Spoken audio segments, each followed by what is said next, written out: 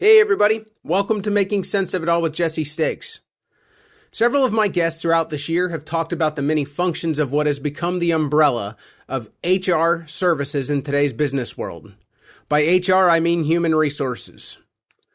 We've talked about employment law, we've talked about technology, health insurance and benefits, the pandemic and the effect that it's had on the U.S. workforce and how they view their job, and so many more things that I'm sure that I'm failing to mention right now. Well, my guest this week has to deal with all of those issues on a daily basis as she is the founder and CEO of Conceptual HR Solutions, Shana Ryan. Shana and her team provide fractional human resource services for companies that either need additional support for their current HR department, all the way through being a completely outsourced HR department for the right client. I hope you enjoy my conversation with Shana Ryan. Let's jump into it.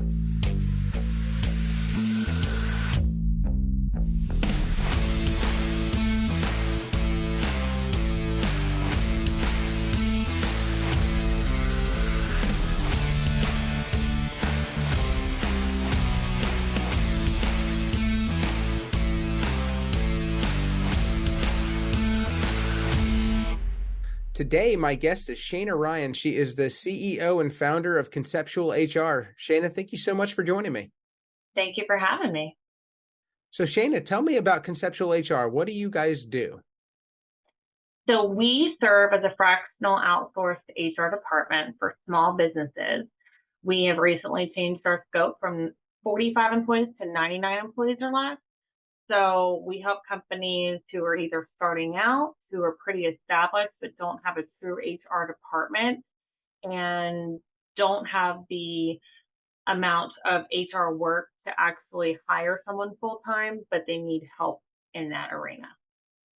Very good. So before we jump into everything that you just said, tell me a little bit about yourself. What made you start your company? How did you get here? So I started in HR before I even knew what HR was. I didn't know what I wanted to be when I grew up. So after high school, I started working for a small business. It was actually a liquor store, and it was Cash Liquors. I grew up in the Panhandle. So he had at the time 12 liquor stores, a nightclub, and several bars. And I worked in the office, and I did accounting and the bookkeeping and helped create the handbook, worked with payroll, interviews, just all the small business things. And I really gravitated towards working with the employees and didn't realize at the time that it was HR. So fast forward, I got my bachelor's in supervision and management. I've worked in just doing payroll. I've worked in staffing and worked so Leslie Willis, who is the senior vice president, she and I started with a pharmacy, and we had 25 employees and grew it to over 700 in less than 2 years. Very cool. So it was quite drinking from the fire hose.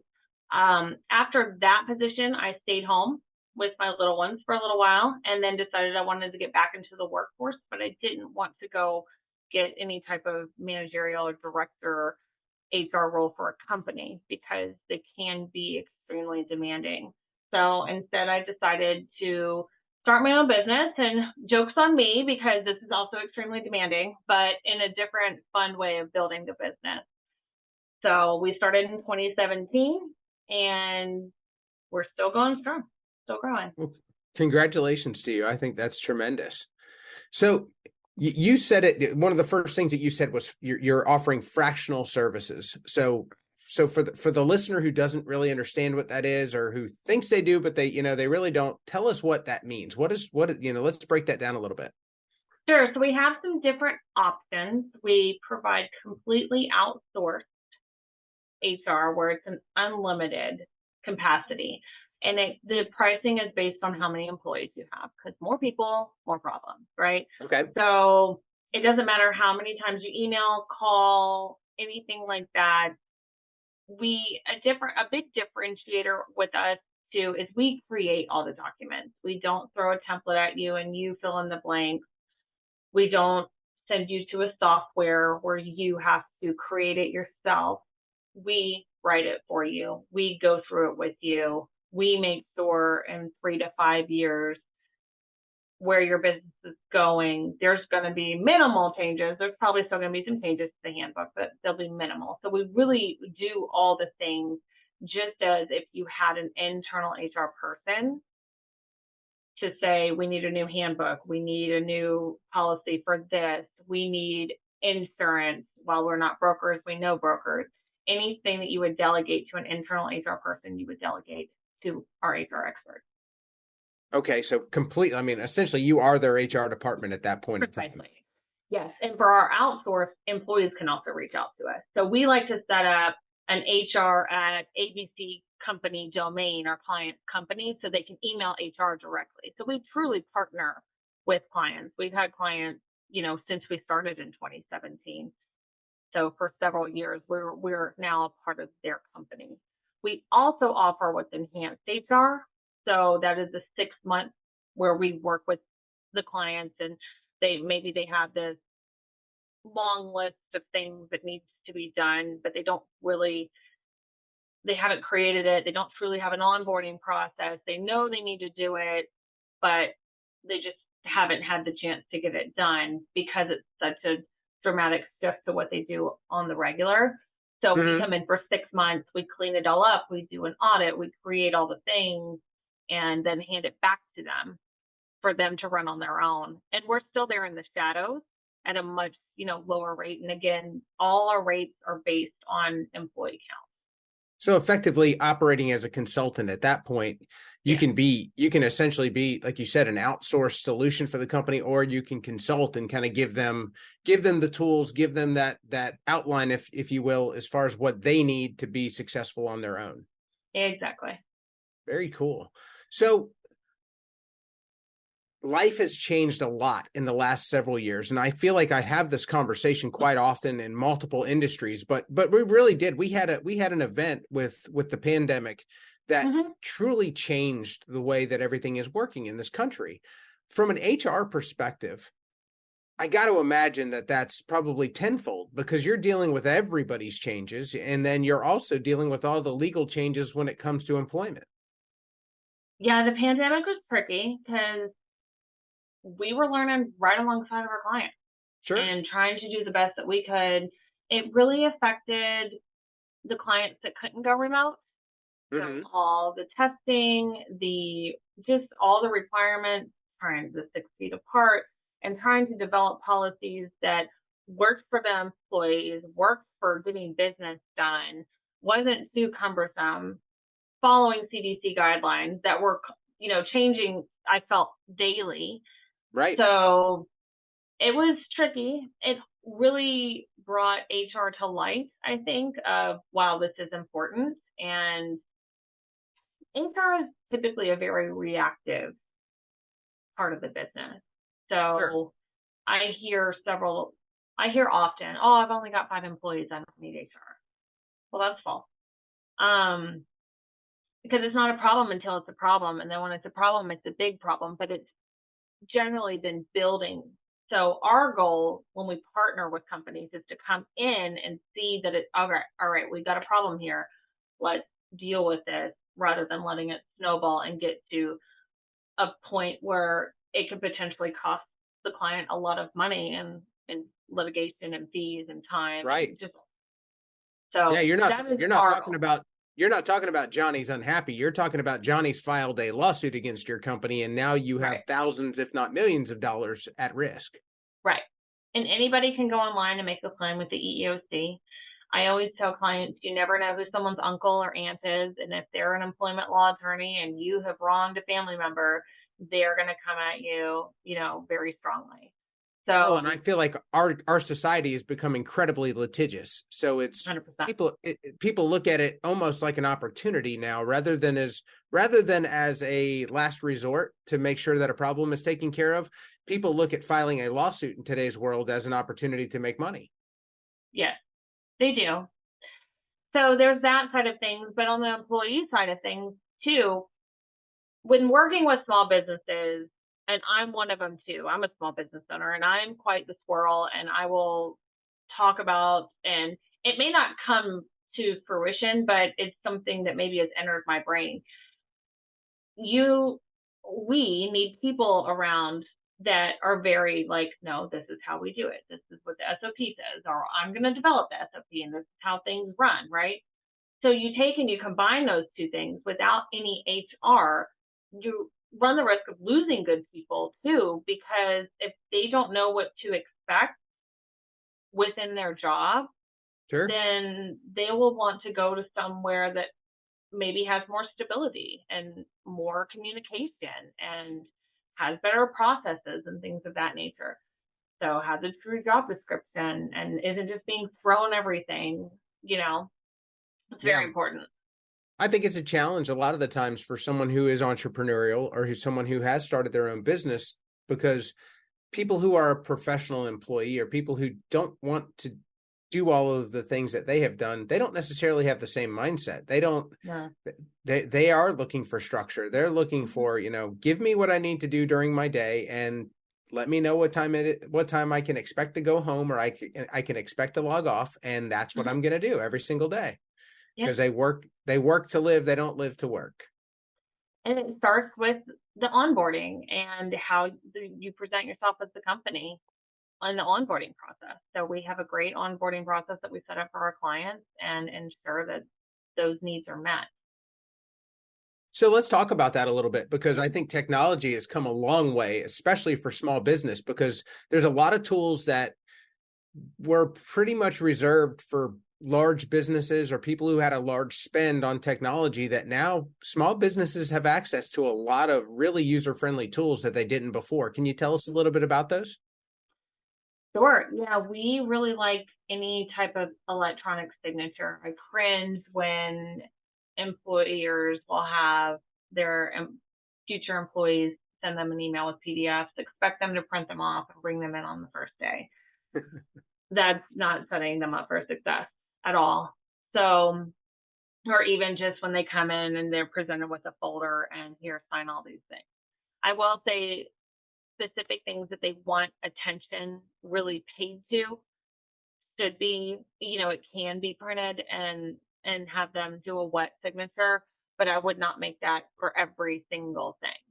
Sure. So paper employee files, it's much easier to have everything electronic with backup because you really should keep them in employee files to be kept in a fireproof safe. So if you don't have that capability, then it needs to be kept online in the secure environment, obviously, with backup. But using that, all the abilities that we have and all the technology and the tools that are available to streamline that onboarding process is incredibly important. And then not to mention, like, employees to be paid for their onboarding. So if you're cutting that time down, you're not paying an employee so much to fill out some paperwork. It's going to take a lot longer to handwrite everything in than it will to type everything in. So you're Very saving cool. time and money, which is the slogan of our company, to save small business owners time and money. Benefits have, they're always one of the most expensive things that people have to worry about, as far as the cost of insurance, the cost of other things that they're also dealing with that we consider benefits nowadays. Mm-hmm. Do you feel like that selection or those options for small businesses has been improved because of technology?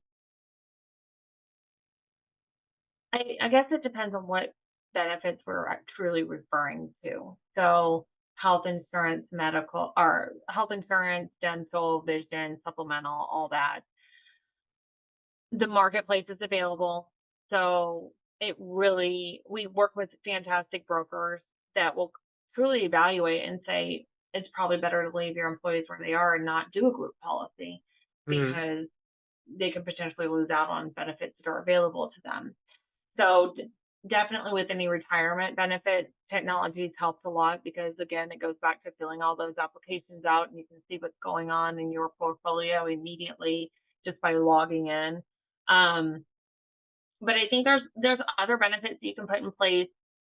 PTO's huge, right? Holiday policies, and a lot of small companies don't think about that, and they'll just be like, "Oh, I'll pay you for Christmas this year," and then next year their workforce is doubled, and maybe they don't want to pay for Black Friday that year, but there's no policy written, and that leaves room for potential, compliance issues. So, but going back to the technology, when they can see how many days they have, or they can see easily what's available to them. Absolutely. It's Yeah. very helpful. I feel like that there's not a sacrifice that has to be made in today's world that used to be made, where people used to go to work at a large company, or they used to go to work for somebody who did spend a lot of money on technology, and so they got access to those things. To your point with 401k, they got access to be able to manage or look at their 401k. They didn't have to wait for a monthly statement. All sorts of things like that. That nowadays, those things that cost so much are now readily available. They have, it's essentially there's almost open access to a lot of these things, and I think it's excellent. I think it probably lends to anybody's, anybody in today's world can expect to have these things rather than them being a nice to have. They're almost become a must have. They're pretty common, and if you are going into business or you are in business and not providing these types of tools and technology to your employees, then you're definitely being left behind. No doubt. Well, I think one of the huge benefits that your customers get, or you and your staff, the competitive landscape in HR, as far as outsourcing HR, has been, it's there are a lot of players in it, but most of them anymore, they're large businesses, and it's kind of a faceless, nameless entity that you're dealing with. Mm-hmm. A lot of it is you log in and you use the software to do what you need. But I kind of equate it as driving a stick shift. You can have the keys and you can get in the car, but if you don't know to press the clutch and put it in first, and how to let off the clutch and press the accelerator, it does you no good, right? You're going to stall out a lot. You're going to have some issues, and it's going to take a lot of time. So that's great. Here's the keys, but can you actually use it? So a lot of small businesses will get into that, and whether it's owners, whether it's office managers, and they don't have an HR background, so then you've got the paralysis by analysis, and they have no idea which one to do. So then they're just like, I'll deal with this later. I'm not worried about it. And then weeks go by, months go by, potential years go by, and they still have a handbook that has, insert company name here. So so that's where we come in and we just do it for them. Like, we're just going to do this for you. We're very experienced in this. Let's talk about your business. We want to learn about your business so we can build it for you that fits your needs and your business and the challenges that you're facing and what you want to do for your employees. No doubt. Well, and just because I own a hammer doesn't mean that I can build a house. Precisely. It's one thing to have the tool. It's another one to know how to utilize it. 100%. So what do you see coming down the road as far as in the next 3 to 5 years? I mean, as everything is rapidly changing, what do you think are the most important things that people need to know moving into the near future? I think employees, especially with this upcoming generation, we're a fully remote company. Conceptual is. We were this way before remote was cool. I never wanted an office space. I thought it was a waste of time or money with what we do, because we go to our clients, right? So I think a lot of companies are demanding their employees to come back because they have this expensive office place they can't get out of their lease, so they want people there. I think companies need to focus more on how to do remote work, whether it's a hybrid type of situation, and be more methodical and strategic on their planning. It takes a lot of work from ownership, I will say, and it's a different type of work than what they're used to doing. But I think having a well-defined plan for employees and for spending their time together to get the best use of their time is very valuable. And I think companies are losing out on good employees because the employees are wanting more time, and they'll take a lower paying job because they want their time, and time is something that money can't buy. And generally speaking, we've realized that, and that's something that the pandemic brought about. So, no doubt. From a employer standpoint, I feel like you have to have accountability on your employees because you're paying them to do a job, but you also have to allow them to have freedom. It's a tremendous tightrope act that I don't know that many people have figured out yet. Yeah. I mean, you're right. It is a tightrope act. And there are some businesses that you just can't work remote. Like when people and customers come on site, you can't work remote. So working with their employees, having the discussions of, hey, what would you guys like to see? If we can meet these goals and have everybody together and on board, like if we can meet these goals, what would you like to see? What types of benefits would you like to see? And really including employees. I think the employers dictating so much how they have in the past is shifting. No doubt. Well, kind of moving back towards your company and Conceptual HR, do you guys have some preferred types of businesses that you like to work with? Or do you guys, are you guys equal opportunity for all sorts of businesses to bring on your services? So the one industry we do not work with is restaurants. So in addition to my HR experience, I also worked in the restaurant industry for a long time.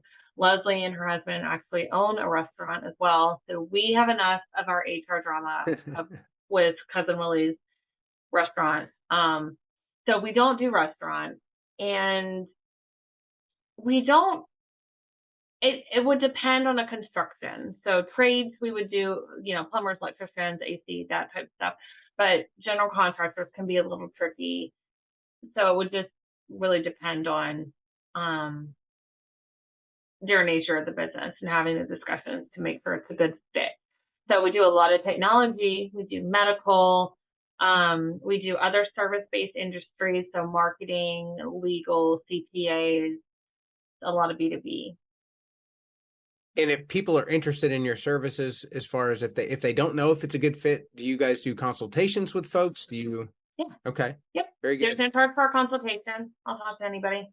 So we just want to help. And if, honestly, if we're not the best fit, we've really prided ourselves in meeting other business-oriented services. So I guarantee, there's like a 99.9% chance that I have someone in my network that I can connect with to get the problem solved. So whether it's with us or with someone else. If they have an issue, you're gonna give them a solution, regardless whether it's you or somebody else that you know. And yes, in relation to the business operation. Very good. Yeah, I have to tell you, when you said that you had worked in HR starting in bar and restaurants, I didn't say it, but I was like, God, that's like throwing yourself right in the fire to start with. If people want to learn more about you and your company, where's the best place for them to get a hold of you? Our website, conceptualhr.com. Very good. So it's got the list of all the services, and then you can request a consultation through that as well. Excellent. Shana, I want to thank you very much for your time. Thanks for joining me. And in the future, I'm sure that there's going to be changes. There's going to be laws that come around. So I'd love the right to recall you as a witness when that happens. And sure, absolutely. Explain them to my audience. Absolutely. All right. That was a really great conversation. I think it's pretty easy to see how many tasks and responsibilities that are being piled onto the HR department in today's business environment. It never hurts to have a third party like Conceptual HR Solutions lend a helping hand in the area that demands so much attention these days. Shana Ryan, thanks for joining the show this week. I'm Jesse Stakes, and I'll catch you guys next time.